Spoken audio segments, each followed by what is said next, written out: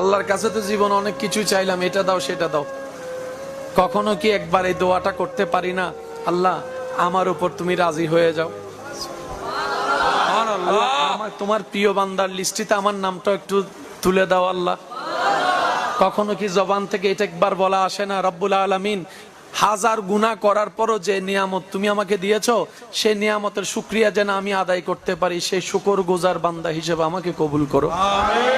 কখনো কি এটা বলা আসে না আমাদের, আল্লাহ নামাজের মধ্যে এমন কি প্রেম ছিল, এমন কি নিয়ামত মজা ছিল যে ইমাম হোসেন কারবালার ময়দানেও তীরের সামনে থেকে নামাজ ছাড়ে নাই।